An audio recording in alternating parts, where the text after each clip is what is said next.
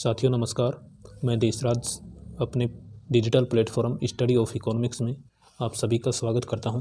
साथियों, हम RPSC school lecturer exam की तैयारी के संदर्भ में यह क्लास चल रही है। आज हम व्यष्टि अर्थशास्त्र के अंतर्गत पढ़ेंगे आर्थिक समस्याएं। हमने पहली कक्षा में अर्थशास्त्र का अर्थ और परिभाषा के संदर्भ में जानकारी प्राप्त की थी। दूसरी कक्षा में अर्थशास्त्र की प्रकृति व क्षेत्र के बारे में जानकारी प्राप्त की थी और समष्टि और व्यष्टि अर्थशास्त्र में अंतर के बारे में जानकारी प्राप्त की थी। समष्टि अर्थशास्त्र और व्यष्टि अर्थशास्त्र के संदर्भ में जानकारी प्राप्त की थी। आज हम अपनी इस कक्षा में अर्थशास्त्र की प्रमुख समस्याओं के संदर्भ में जानकारी प्राप्त करेंगे। तो आज का हमारा जो टॉपिक है आर्थिक समस्याओं से संबंधित है। साथियों, हमने पहली कक्षा में परिभाषाओं के संदर्भ में पढ़ा था। रॉबिन्स के द्वारा सीमितता से संबंधित या दुर्लभता प्रधान परिभाषा दी गई थी। उसमें बताया गया था कि एक अर्थव्यवस्था में आवश्यकताएं असीमित होती हैं और उनको पूरा करने के लिए साधन सीमित होते हैं। यह प्रमुख समस्या थी। तो साथियों, आर्थिक समस्या का जो प्रमुख कारण है वह 3 कारण है। पहला प्रमुख कारण है आवश्यकताएं असीमित हैं, साधन सीमित हैं, आवश्यकताओं व साधनों के बीच तालमेल का अभाव। पहला कारण है आवश्यकताएं असीमित हैं, जिसके कारण एक अर्थव्यवस्था में समस्या उत्पन्न होती हैं। दूसरा कारण है साधन सीमित हैं, असीमित आवश्यकताओं को पूरा करने के लिए सीमित साधन हैं। तीसरा कारण है असीमित आवश्यकताओं को सीमित साधनों के माध्यम से उनके अंदर तालमेल स्थापित करना। ये 3 कारण हैं। अब हम इनके बारे में अध्ययन करेंगे। इस डायग्राम में असीमित आवश्यकताएं ज़्यादा हैं और सीमित साधन कम है, इसलिए असीमित आवश्यकताएं भारी हैं, ज़्यादा हैं और सीमित साधन हल्के हैं, इसलिए ये ऊपर उठे हुए हैं। एक तराजू के रूप में दर्शाया गया है। इनमें असीमित आवश्यकताओं को सीमित साधनों के माध्यम से पूरा करने की जो प्रक्रिया है यही चुनाव की समस्या कहलाती है। चुनाव की समस्या क्या है? असीमित आवश्यकताओं को सीमित साधनों के माध्यम से किस प्रकार पूरा किया जाए, यही चुनाव की समस्या कहलाती है। मान लीजिए मेरी आवश्यकताएं असीमित हैं, मुझे चेयर चाहिए, टेबल चाहिए, गाड़ी चाहिए, अनेक आवश्यकताएं हैं, लेकिन उनको पूरा करने के लिए मेरे पास सीमित मात्रा में धन है। तो मुझे कौन सी वस्तु को प्राथमिकता देनी है? जो अति आवश्यक वस्तु है उनको पहले प्राथमिकता दी जाएगी। जो वस्तुएं कुछ समय के लिए टाली जा सकती हैं उनको कुछ समय के लिए टाला जा सकता है। और कुछ आवश्यकताएं ऐसी होती हैं जिनको हम अगर ना भी पूरा करें तो भी कोई समस्या नहीं होगी। तो इस तरह से हम चुनाव की समस्या का हल करते हैं। इस तरह से आर्थिक समस्याओं को हल करने के लिए हमें 3 अवधारणाओं को जानना जरूरी है। आर्थिक समस्याओं का समाधान खोजने के लिए 3 अवधारणा को समझना आवश्यक है। वह अवधारणाएं हैं उत्पादन संभावना वक्र, अवसर लागत और सीमांत अवसर लागत। इन 3 को जानने के बाद हम आर्थिक समस्याओं का समाधान खोजने की कोशिश करेंगे। पहला आता है हमारा उत्पादन संभावना वक्र, प्रोडक्शन पॉसिबिलिटी कर्व। साथियों, आपको इकोनॉमिक्स में किसी भी शब्द का अंग्रेजी अर्थ भी मालूम होना चाहिए, क्योंकि इकोनॉमिक्स में बहुत से शब्द ऐसे होते हैं, एग्जाम में ऐसे शब्द देखने को मिल जाते हैं जो हमारे पढ़े हुए नहीं होते हैं। जैसे उत्पादन संभावना वक्र का अनेक नाम हैं, जैसे इसको रूपांतरण वक्र भी कहते हैं। उत्पादन संभावना वक्र का ही दूसरा नाम रूपांतरण वक्र है, इसलिए हमें इसको इंग्लिश में याद होना जरूरी है प्रत्येक शब्द। Production possibility curve.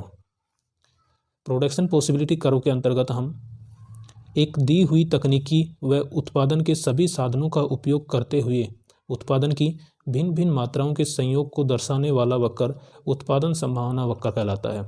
यानी एक दी हुई तकनीकी के तहत उत्पादन के सभी साधनों का उपयोग करते हुए उत्पादन के भिन्न भिन्न मात्राओं के संयोग को दर्शाने वाला वक्र उत्पादन संभावना वक्र कहलाता है। पीपीसी कर्व कहलाता है। Production possibility curve PPC curve कहलाता है। इसे रूपांतरण वक्र भी कहते हैं। पीपीसी कर्व को रूपांतरण वक्र भी कहा जाता है, क्योंकि एक वस्तु का अधिक उत्पादन करने के लिए दूसरी वस्तु के उत्पादन में कमी करनी होती है, अर्थात दोनों वस्तुओं को आपस में रूपांतरण होता है। इसलिए इसको उत्पादन संभावना वक्र को रूपांतरण वक्र भी कहते हैं। अब हम उत्पादन संभावना वक्र को एक टेबल के माध्यम से समझेंगे। हमारे पास ABCDEF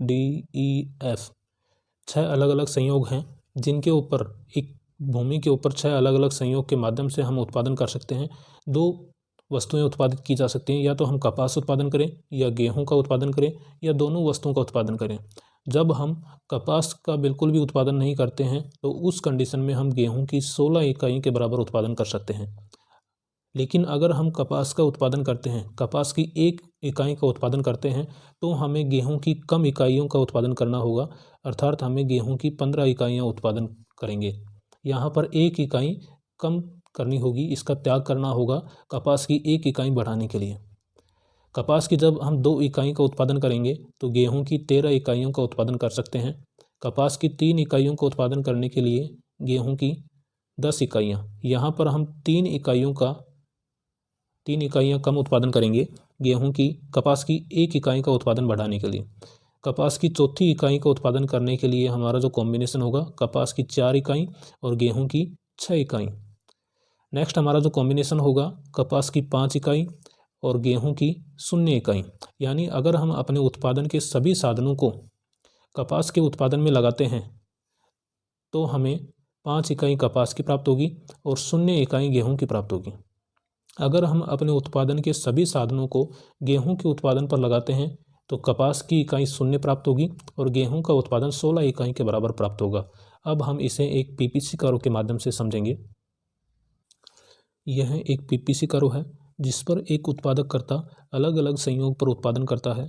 यदि वह ए संयोग के ऊपर उत्पादन करता है तो 16 इकाई गेहूं के उत्पादन करेगा और 0 इकाई कपास के उत्पादन करेगा।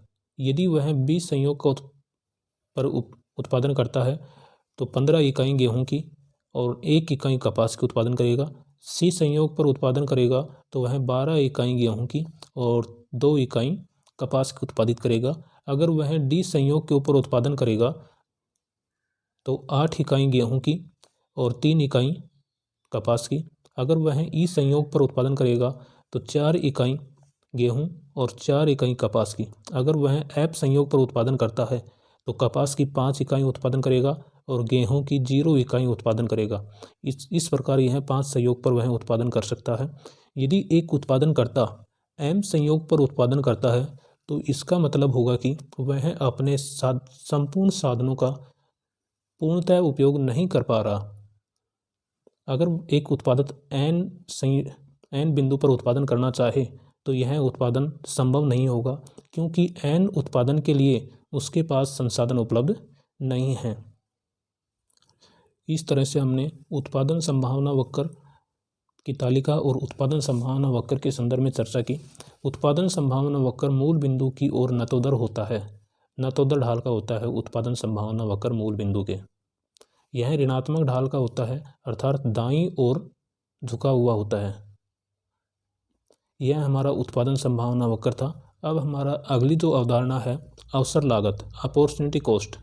अवसर लागत में हम एक वस्तु के उत्पादन की अवसर लागत उस वस्तु के स्थान पर अन्य वस्तु के उत्पादन की त्यागी गई मात्रा होती है। यानी हम एक वस्तु का उत्पादन बढ़ाने के लिए दूसरी वस्तु का जितना उत्पादन हम कर सकते थे उस वस्तु के उत्पादन के लिए जो त्याग किया है वही उस वस्तु की अवसर लागत कहलाती है। अवसर लागत के संदर्भ में हम इस सारणी के माध्यम से समझेंगे। यहाँ पर 5 संयोग दिए गए हैं, अलग अलग 6 संयोग दिए गए हैं। अगर हम कपास की 0 इकाई का उत्पादन करते हैं और गेहूं की 16 इकाई का उत्पादन करते हैं, यह हमारा ए संयोग होगा। यदि हम कपास की 1 इकाई का उत्पादन बढ़ाते हैं तो हमें गेहूं की 1 इकाई का उत्पादन कम करना होगा।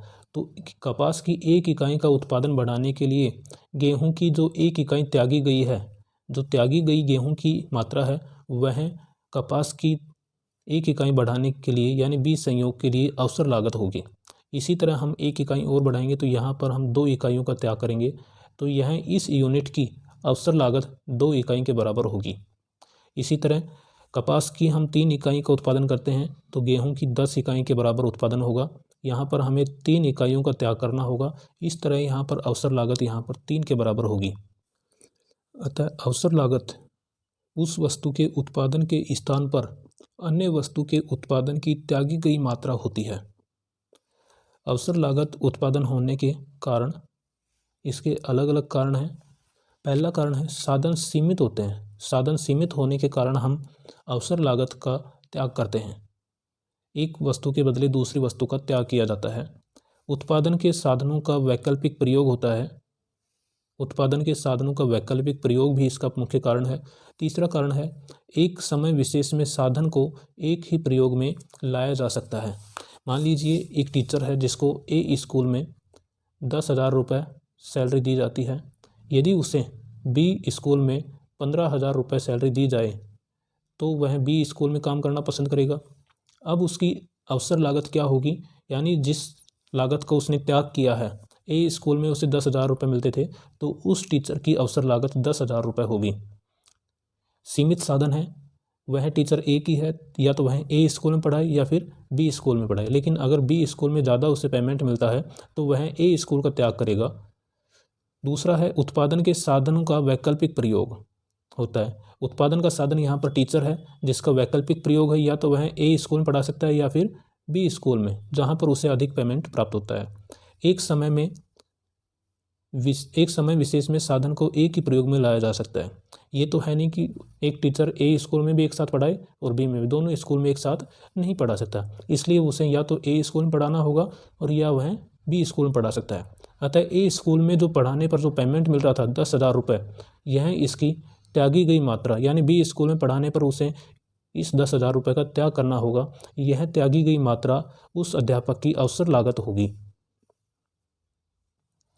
अब हम तीसरी अवधारणा का अध्ययन करेंगे, सीमांत अवसर लागत, मार्जिनल अपॉर्चुनिटी कॉस्ट।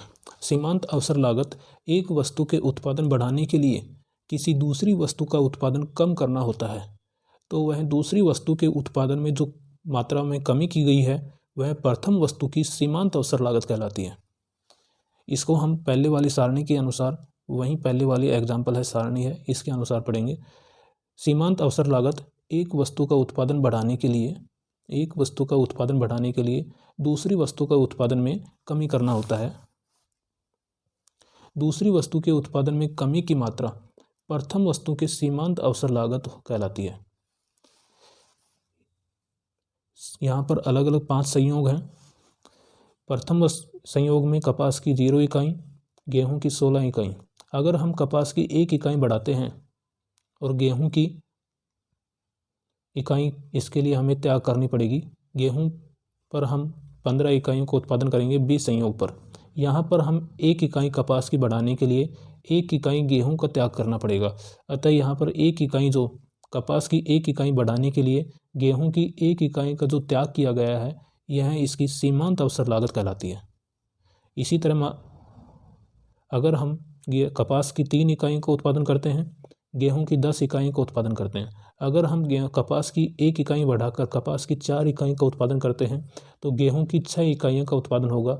यहाँ पर कपास की 1 इकाई का उत्पादन बढ़ाने के लिए हमें गेहूं की 4 इकाइयों का उत्पादन कम करना होगा, तो यह इसकी अवसर लागत होगी। तो साथियों, अर्थव्यवस्था की मूलभूत समस्याओं को जानने के लिए हमें 3 अवधारणाओं को जानना जरूरी था। तो हमने अभी तक 3 अवधारणाएं पढ़ी हैं, उत्पादन संभावना वक्र, पीपीसी कर्व, दूसरी अवसर लागत और तीसरी सीमांत अवसर लागत। अब हम अर्थव्यवस्था की मूलभूत केंद्रीय समस्याओं की जानकारी प्राप्त करेंगे। मूलभूत केंद्रीय समस्याएं, एक अर्थव्यवस्था में मुख्यतः 3 मूलभूत केंद्रीय समस्याएं होती हैं। आर्थिक समस्याएं, आर्थिक समस्या 3 हैं। क्या उत्पादन किया जाए, कैसे उत्पादन किया जाए, किसके लिए उत्पादन किया जाए। यानी मुख्यतः एक अर्थव्यवस्था में 3 मूलभूत समस्याएं देखने को मिलेंगी। क्या उत्पादन किया जाए, कैसे उत्पादन किया जाए और किसके लिए उत्पादन किया जाए। यह एक अर्थव्यवस्था के ऊपर निर्भर करता है। अगर एक अर्थव्यवस्था पूंजीवादी अर्थव्यवस्था है तो वह पूंजीगत वस्तुओं का उत्पादन करेगी।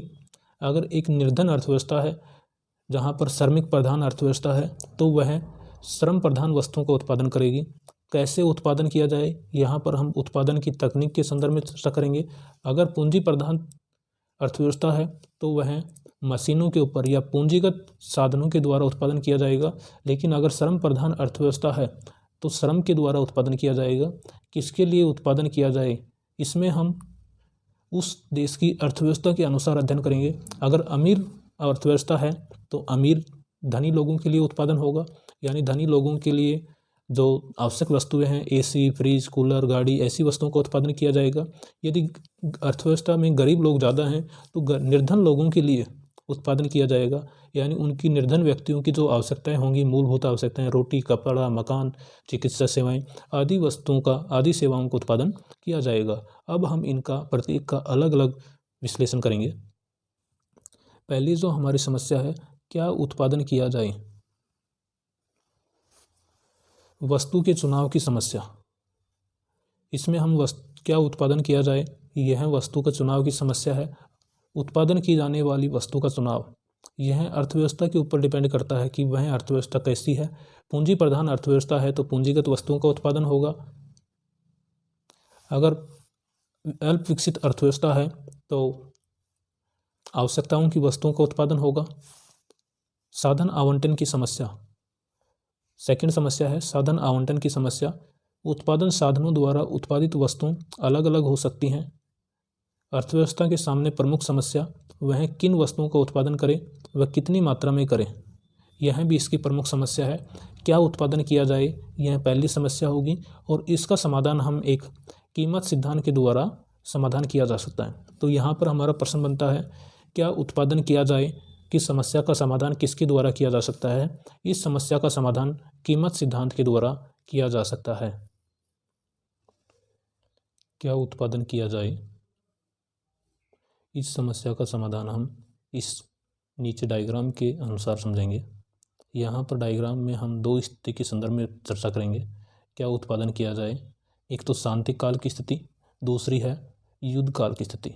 अगर एक अर्थव्यवस्था युद्ध काल की स्थिति में है तो वह बंदूक का उत्पादन करना पसंद करेगी, लेकिन अगर एक अर्थव्यवस्था शांति काल की अवस्था में है तो वह मक्खन का उत्पादन करना पसंद करेगी।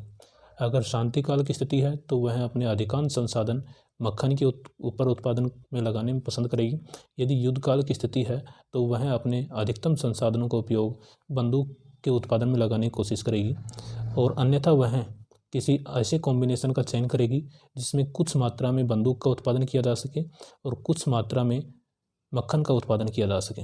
इस तरह से एक अर्थव्यवस्था में इस समस्या का समाधान किया जा सकता है। उत्पादन क्या किया जाए, यानी वस्तु का चयन उसकी अर्थव्यवस्था की स्थिति के अनुसार किया जाएगा। सेकंड हमारी समस्या है यहाँ पर उत्पादन कैसे किया जाए। कैसे उत्पादन किया जाए, एक अर्थव्यवस्था अपनी आर्थिक प्रणाली के अनुसार उत्पादन करेगी।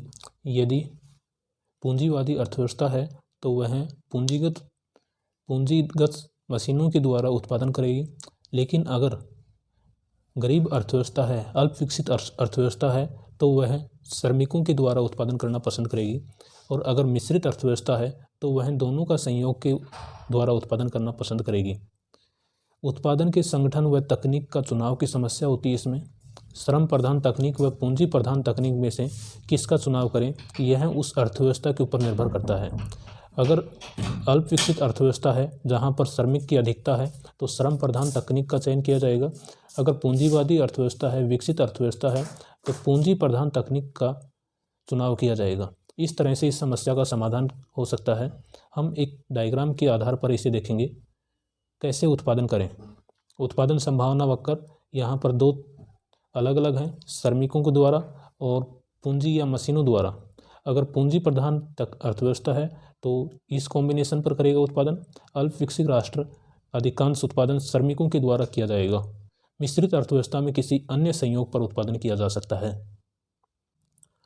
कैसे उत्पादन किया जाए, इस समस्या का समाधान उत्पादन सिद्धांत के अनुसार किया जा सकता है।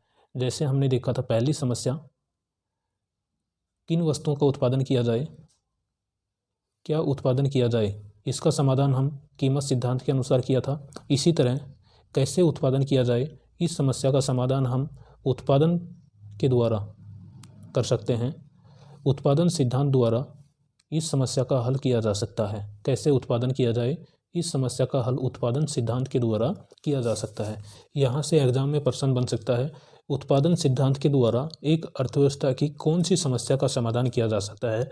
तो यहाँ पर इसका आंसर होगा कैसे उत्पादन किया जाए की समस्या का समाधान उत्पादन सिद्धांत के द्वारा किया जा सकता है। हमारी तीसरी मूलभूत समस्या है, किसके लिए उत्पादन किया जाए।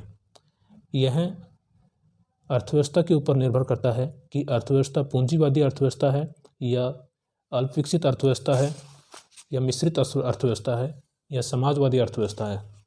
अगर समाजवादी अर्थव्यवस्था है तो वह सभी के कल्याण के संदर्भ में सोचेगी, अर्थात निर्धन के लिए भी और धनी के लिए भी। अगर पूंजीवादी अर्थव्यवस्था है तो वह धनी के कल्याण के संदर्भ में उत्पादन किया जाएगा और मिश्रित अर्थव्यवस्था में दोनों का कॉम्बिनेशन के ऊपर उत्पादन किया जाएगा। इसके लिए उत्पादन किया जाए, इसमें वितरण की समस्या देखने को मिलती है। उत्पादन का समाज के वर्गों में वितरण कितनी मात्रा में हो, किसको मिले, निर्धन को मिले या फिर धनी वर्ग को मिले, इसका समाधान हम नीचे करों के द्वारा समझेंगे। किसके लिए उत्पादन किया जाए, वितरण की समस्या, इसका समाधान उत्पादन संभावना वक्र के आधार पर करेंगे। पूंजीवादी अर्थव्यवस्था में वितरण जो होगा वह धनी के लिए किया जाएगा। समाजवादी अर्थव्यवस्था में निर्धन के लिए यानी लोगों का कल्याण अधिकतम हो वहाँ पर इसका उत्पादन किया जाएगा, उनके लिए उत्पादन किया जाएगा। मिश्रित अर्थव्यवस्था में दोनों का कॉम्बिनेशन देखने को मिलता है। इस तरह से हमने एक अर्थव्यवस्था की मूलभूत 3 आर्थिक समस्याओं के बारे में जानकारी प्राप्त की। तीसरी जो समस्या है किसके लिए उत्पादन किया जाए, इसका समाधान हम वितरण सिद्धांत द्वारा इस समस्या का हल किया जा सकता है। इन 3 मूलभूत समस्याओं के अलावा भी कुछ अन्य समस्याएं हैं जिनको जानना भी जरूरी है। चौथी समस्या है उत्पादन में साधनों का उपयोग व वितरण की समस्या, यानी उत्पादन के साधनों में किन का उपयोग किया जाए, कैसे किया जाए आदि समस्या इसमें देखने को मिलती है। पांचवी समस्या है साधनों का पूर्ण उपयोग हो रहा है या नहीं हो रहा। एक अर्थव्यवस्था में यह भी मुख्य समस्या पाई जाती है कि अर्थव्यवस्था में उपलब्ध जो भी साधन हैं उनका उपयोग पूर्ण रूप से हो रहा है या नहीं हो रहा। और हमारी अंतिम जो समस्या है, छठी समस्या, उत्पादन क्षमता में वृद्धि की समस्या, अर्थात उत्पादन की क्षमता में वृद्धि कैसे की जाए, यह मुख्य समस्या है। इस तरह से हमने आज अर्थव्यवस्था में पाई जाने वाली समस्याओं के संदर्भ में चर्चा की। 3 मूलभूत समस्याएं हैं और 3 अन्य समस्याओं के बारे में चर्चा की। एग्जाम में जो प्रश्न बनेगा मूलभूत समस्याओं से संबंधित होगा, सीधा प्रश्न आएगा मूलभूत समस्या के संदर्भ में, या फिर उन समस्याओं का समाधान किसके द्वारा किया जा सकता है। जैसे क्या उत्पादन किया जाए कि समस्या का समाधान हम कीमत सिद्धांत के द्वारा कर सकते हैं, कैसे उत्पादन किया जाए कि समस्या का समाधान हम उत्पादन सिद्धांत के द्वारा कर सकते हैं, और किसके लिए उत्पादन किया जाए इसका हम वितरण सिद्धांत के द्वारा समाधान कर सकते हैं।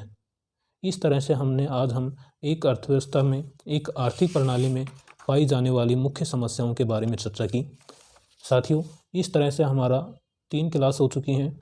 एग्ज़ाम में इन 3 क्लासों में से पिछली भर्ती परीक्षा में 2018 में जो पेपर हुआ था उसमें इन 3 क्लासों से आपको 4 प्रश्न पूछे गए हैं, और इस बार भी उम्मीद है कि यहाँ से इन 3 क्लासों से आपको 3 से 5 प्रश्न देखने को मिलेंगे। इसी तरह से हमारी जो अगली क्लास होगी, नेक्स्ट क्लास, जिसमें हम अर्थव्यवस्था के संदर्भ में चर्चा करेंगे, जिसमें हम पूंजीवादी, समाजवादी, मिश्रित अर्थव्यवस्था के बारे में चर्चा करेंगे, अर्थव्यवस्था के प्रकार, उनकी विशेषताएं आदि की चर्चा करेंगे। यहाँ से भी आपको एग्ज़ाम में प्रश्न देखने को मिलेगा। साथियों, अगर आपकी किसी प्रकार की कोई भी समस्या हो, अगर कहीं पर भी कोई भी प्रॉब्लम हो तो आप मैसेज कर सकते हैं, कमेंट में कर सकते हैं, या फिर आपका जो ग्रुप बनाया हुआ है वहाँ पर भी आप मैसेज के द्वारा मुझे अवगत करवा सकते हैं। आपकी समस्या का समाधान किया जाएगा। धन्यवाद।